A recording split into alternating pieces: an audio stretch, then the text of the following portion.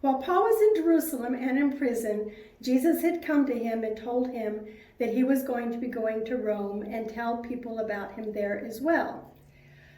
So Paul was put on a boat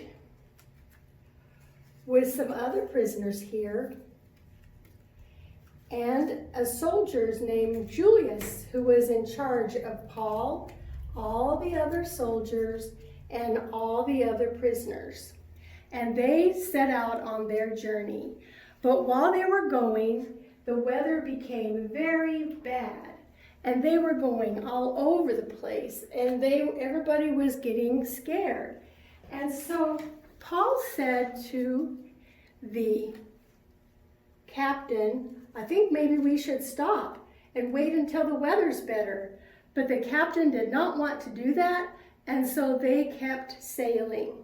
So as the weather got worse and worse and worse, the soldiers were throwing baggage off of the boat and putting it in the water so that they would have a lighter load and they could maybe not have to worry about the ship breaking apart. But it didn't help at all. It just kept getting worse and worse and worse.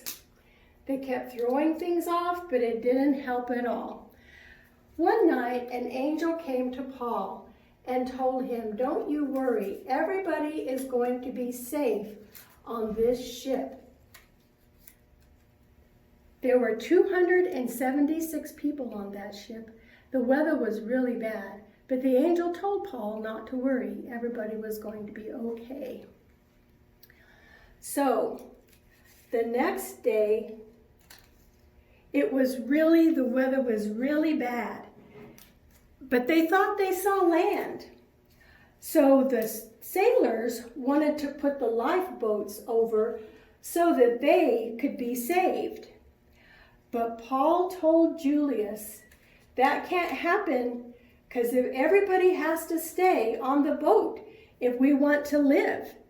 So Julius had the soldiers cut the ropes, and the lifeboats could not be used for them to escape. The next day, nobody had eaten for a really, really long time, and everybody was so hungry. And so Paul went to them and he took some bread, and he said, everybody needs to eat to get your strength back so we can continue on our journey. And so everybody ate until they were full, and then they threw everything else out on the water, and they just kept sailing. Finally, they saw land ahead, but the water was really, really rough, and the boat started being torn to pieces. Finally, the ship was falling apart, and the soldiers were going to kill the prisoners, but Julius liked Paul, and he told them not to do that. So everybody had to jump into the water, and Paul told them, if you can swim, swim. If you can't swim, get on some wood that's floating in the water and come to shore from that. Everybody will be safe. So that's what they all did.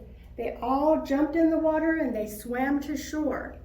When the men got to shore, they found that the villagers were there waiting for them, and they had built a fire for them so that everybody could be warm because it was still rainy and it was still cold out there. So while Paul was bringing wood to go in the fire, all of a sudden a snake came down out of the wood and bit him on the hand. Oh, the villagers just knew that Paul was going to die, and they thought he must be a really bad person because they knew that this kind of snake, if it bite you, you would die or get really, really sick. So they stood there waiting for Paul to die, but all he did was knock it off into the fire, and he wasn't hurt at all. So when the villagers saw that, then they thought, oh, he must be a god. And they were very happy to have them there. And there was a man there whose name was Publius, and he was in charge of the whole island. And so he invited all the people to go to his house and his estate and stay there. And so that's what they did. When Paul and Publius got to Publius's house, his father was sick. And so Paul touched him and prayed on him, and then he got all better. And they stayed there for about 3 months while the weather got better, and then Paul was able to go to Rome, just like Jesus told him that he would.